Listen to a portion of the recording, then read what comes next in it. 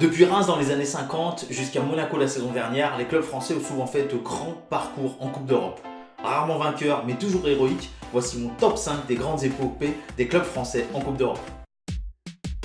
Troisième de la dernière édition du championnat de France, le PSG se retrouve en Coupe UEFA. Oui, c'est l'ancien nom de la Ligue Europa, aussi appelée C3. Au premier tour, le PSG élimine le PAOK Salonique, puis est opposé au Naples d'un certain Fabio Cannavaro, tout jeune à l'époque et qui plus tard sera Ballon d'Or en 2006. En huitième de finale, Antoine Kombouaré est déjà décisif face à Anderlecht, marquant le but décisif à l'extérieur. Oui, deux fois décisif, ça fait beaucoup, mais en tout cas il l'a été, puisqu'il y a eu 0-0 au Parc des Princes, il y aura un partout à Anderlecht. Au passage, Anderlecht, une équipe où jouait un certain Charles Moussonda, le père de Charles Moussonda Junior, bien connu des joueurs FIFA pour ses 5 étoiles de gestes techniques. En quart de finale, le PSG retrouve le Real de Hierro, Mitchell, Luis Enrique et Zamorano.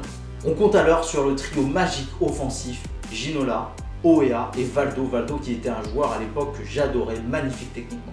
Les Parisiens s'inclinent 3 à Santiago Bernabéu et l'expulsion d'Alain Roche n'arrange rien les choses puisqu'il sera suspendu au match retour. Au Parc des Princes, Georges Weah marque le premier but, mais les autres se font attendre. Le PSG veut attaquer mais ne doit pas encaisser, le Real ne doit pas encaisser et est qualifié, c'est compliqué. Les 10 dernières minutes vont être incroyables. Ginola puis Valdo offrent la qualification au PSG jusqu'à ce que Zamorano marque le but qui offre les prolongations au Real Madrid. Dernière seconde de jeu, dernière action de jeu, coup franc pour le PSG, à une vingtaine de mètres sur la droite du but de Bouillot. Valdo s'en charge, il centre, Kombouaré met la tête, c'est le but. Le PSG est vainqueur, incroyable confrontation. Le lendemain, je me souviens du titre que j'avais en arrière-plan dans mon ancien bureau, si vous vous souvenez, Football de France Football, c'était marqué France Football, F-O-U-T-B-A-L-L avec Kombouaré qui est comme ça sur l'image, c'était hallucinant. Le PSG sera éliminé en demi-finale de la compétition par la Juve qui gagnera cette même compétition 6-1 face à Dortmund. Le BVB qui a lui-même éliminé l'AG Auxerre au tir au but en demi-finale. Au passage, belle dédicace à l'AG Auxerre qui a fait une demi-finale. On aurait pu sur cette édition avoir une finale 100% française. PSG Auxerre, malheureusement, les deux équipes ont été éliminées en demi-finale.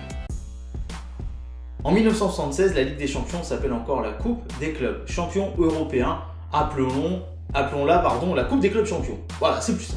Saint-Etienne vient de faire un doublé, c'est-à-dire 2 fois champion de France d'affilée, c'est ça que j'entends par un doublé sur les 2 dernières saisons, succédant au FC Nantes. Et à cette époque-là, les Stéphanois sont adorés dans la France. La France voit par les bleus et les verts. Kurkovic, Larquet, Battenet, Révelli et surtout Rocheteau sont adulés dans l'Hexagone. Alors au premier tour, ils éliminent Copenhague, ensuite ils éliminent les Glasgow Rangers, puis il faut attendre un but, il y a eu 2-0 défaite au match aller, match retour, victoire 3-0 et un but de Rocheteau dans les prolongations pour voir Saint-Etienne se qualifier pour le tour suivant. En demi-finale, les Verts affrontent le PSV Eindhoven. Après une victoire 1-0 à Geoffroy Guichard, les Verts résistent bien et font 0-0 chez le champion batave, qualification pour la finale face au Bayern Munich. Alors juste comme ça, le Bayern Munich a gagné les éditions 74 et 75. Ça veut dire qu'il pourrait faire le triplé, 3 victoires consécutives. Ça n'a pas été fait depuis les années 50 et le Real Madrid avec ses 5 victoires d'affilée. Donc un très gros morceau attendent les Stéphanois à Glasgow. Et là à Glasgow, il y a 30 000 maillots verts qui déboulent. Ils sont dans les rues, ils arrivent dans le stade, un engouement total, ça plaît beaucoup aux Écossais. Les Écossais se disent tiens, nous aussi on va supporter Saint-Etienne. Tout le stade est voué au club de la Loire. Les choses démarrent très fort à London Park. Gerd Müller marque direct, mais son but est signalé hors-jeu. Et un hors-jeu qui, les Stéphanois peuvent dire merci à l'arbitre qui, ce soir-là, se fera assez discret, notamment sur les pénaltys. Puis c'est le show Battenet. Il élimine plusieurs Munichois, dont un certain monsieur Beckenbauer, je crois, mais il frappe à plus de 20 mètres du pied gauche, paf, transversal, ça rebondit sur le sol, Révelli suit, il met la tête, Maillard la capte très facilement, une tête complètement pourrie. 5 minutes plus tard, Saramagna déborde, centre du côté gauche, Santini arrive, met la tête, paf, barre transversale. La légende des poteaux carrés de Glasgow commence maintenant. Un coup franc munichois joué à 2 par Beckenbauer et Franz Roth qui mettra une belle frappe au ras du poteau, anéantira les espoirs de Saint-Etienne. Munich est champion, Saint-Etienne, à qui il ne restera qu'un souvenir d'une magnifique finale.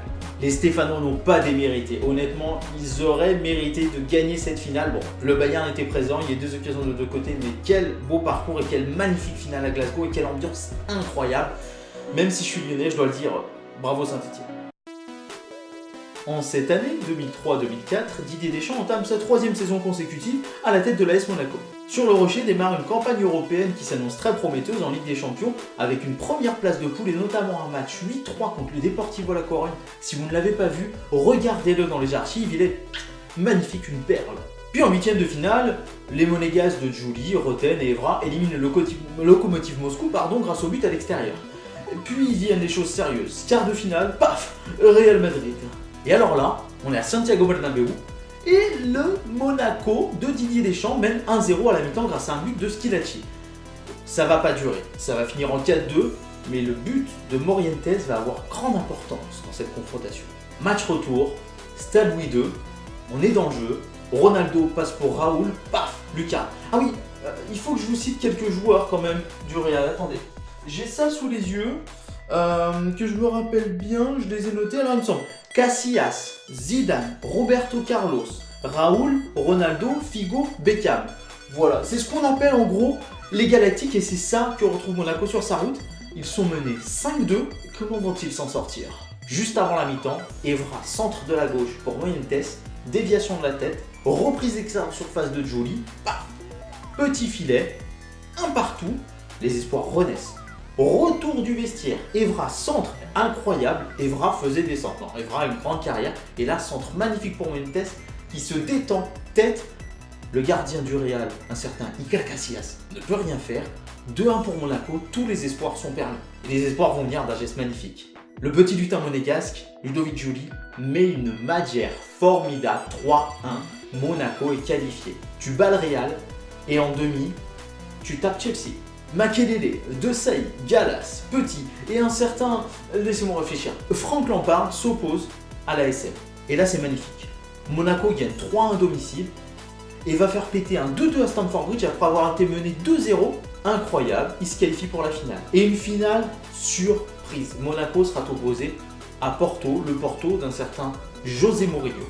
Alors dans ce match, il y a eu un déco exceptionnel, un très bon Maniche par exemple, il y a eu des buts pas mal du tout, mais alors c'est le 3-0. Monaco a été inexistant, 3-0 pour Porto, les jeux sont faits, rien ne va plus, c'est terminé. Belle épopée monégasque, mais qui se termine par une triste finale. Dommage en tout cas, bravo à vous et bravo à Dédé. Grâce à sa victoire en Coupe de France, le PSG se qualifie pour la Coupe d'Europe des vainqueurs de coupe, oui anciennement C2, oui anciennement appelée Coupe des Coupes. Bon, maintenant ils sont versés en Europa League, mais avant la Coupe des Coupes existait jusqu'en 1999, et ouais, et donc ils se qualifient pour la Coupe d'Europe des vainqueurs de coupe. Les hommes de Luis Fernandez éliminent au premier tour Molde, puis les Glasgow Rangers se retrouvent face à Parme, alors une équipe dans laquelle jouent Inzaghi, Zola, Cannavaro, Stoïkov et un certain Gianluigi Buffon qui débute sa carrière professionnelle. Le PSG arrive ensuite en demi-finale mené par Lama, Bravo, Roche, Djorkaeff, Rai, Loco entre autres. 2 matchs face à la Corogne, 2 victoires 1-0, des buts de Djorkaeff et Loco. C'est terminé, on va en finale contre le Rapide de Vienne. Rapide de Vienne, équipe surprise, le PSG donc favori. Et ils vont plutôt assurer. Le match n'a rien de grandiose en soi, mais le but est magnifique. Meilleur de jeu ou un truc comme ça. Coup franc à 30 mètres, ou en gros une trentaine de mètres. Djorkaeff décale Ngoti, frappe du droit, rat du poteau. 1-0 pour le PSG. Un PSG qui peut remercier Bernard Lama pour ses arrêts décisifs, notamment en fin de partie. En tout cas, belle victoire, pas au niveau du contenu, mais au niveau du prestige sur cette Coupe des Coupes. Le PSG devient le 2e club français à gagner une Coupe d'Europe et Luis Fernandez, le premier entraîneur français, si je ne m'abuse, à gagner une Coupe d'Europe jusqu'à un certain Zinedine Zidane. 1993, enfin saison 92-93. Nanar, Bernard Tapie offre une très belle équipe aux Marseillais. Alors juste comme ça, Didier Deschamps, Rudi Völler, Boksic, De Sailly, Amoros, et puis il y a un petit gardien qui fait son apparition et qui pousse un certain Pascal Olmeta sur le banc, c'est Fabien Barthez, 21 ans seulement. Alors à l'époque, la Coupe d'Europe, la Ligue des Champions, Coupe d'Europe des clubs champions, Coupe des champions européens, comme vous voulez, on l'appellera la Ligue des Champions, voilà, tout simplement. Ça se passe comme ça, il y a 2 tours, Marseille s'en sort très très bien, puis il y a 2 poules, donc une poule A, une poule B, le premier de chaque poule est qualifié pour la finale. Alors pour le Milan AC et l'OM, pas de souci pour les premiers tours. Et alors pour le Milan AC, phase de poule, que des victoires, 12 points parce que la victoire était à 2 points, on est qualifié pour la finale, ciao. Juste comme ça, dans l'équipe du Milan, je les ai notés parce qu'il y en a quelques-uns quand même. Maldini, Costa Curta, Baresi, Rijkaard, Van Basten, et puis il y a un monsieur qui s'appelle Jean-Pierre Papin, JPP, qui 2 ans auparavant pleurait avec tous les Marseillais pour leur défaite en finale de Ligue des Champions dans les tirs au but maudits. L'OM a plus de difficultés en poule. Ils sont invaincus, mais les Glasgow Rangers aussi sont invaincus. 3 victoires, 3 nuls pour l'OM, 2 victoires, 4 nuls pour les Glasgow Rangers, 9 points pour l'OM, 8 points pour Glasgow. L'OM est en finale. Et alors là, en début de match, techniquement, le Milan est au-dessus. Il se crée des occasions et il y a un premier héros qui se dessine, c'est Fabien Barthez, qui est fabuleux.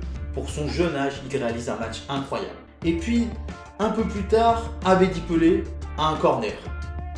À droite du but en regardant le but, il le frappe, Boli s'élève au-dessus de tout le monde, marque de la tête. Tout le monde se souvient de ça, il me semble. Magnifique. L'OM mène 1-0 et l'OM va même aller plus loin. Les hommes de Raymond Goethals, oui, c'est Raymond Goethals. Il a commencé l'année en adjoint, mais à la mi-saison, on s'est dit, bon, allez, Jean Fernandez, tu dégages, salut. Raymond Goethals, tu prends ta place. Tactiquement, on va faire le match parfait, je trouve. C'est-à-dire qu'ils vont monter, ils vont être bien au milieu de terrain, ils vont presser un petit peu les Milanais, ils vont les gêner. Fabio Capello ne sait pas trop quoi faire. L'OM va s'imposer, félicitations. L'OM est et reste à ce jour le seul club français à avoir gagné une Ligue des Champions. Et quoi qu'on en dise, on peut leur dire que bravo.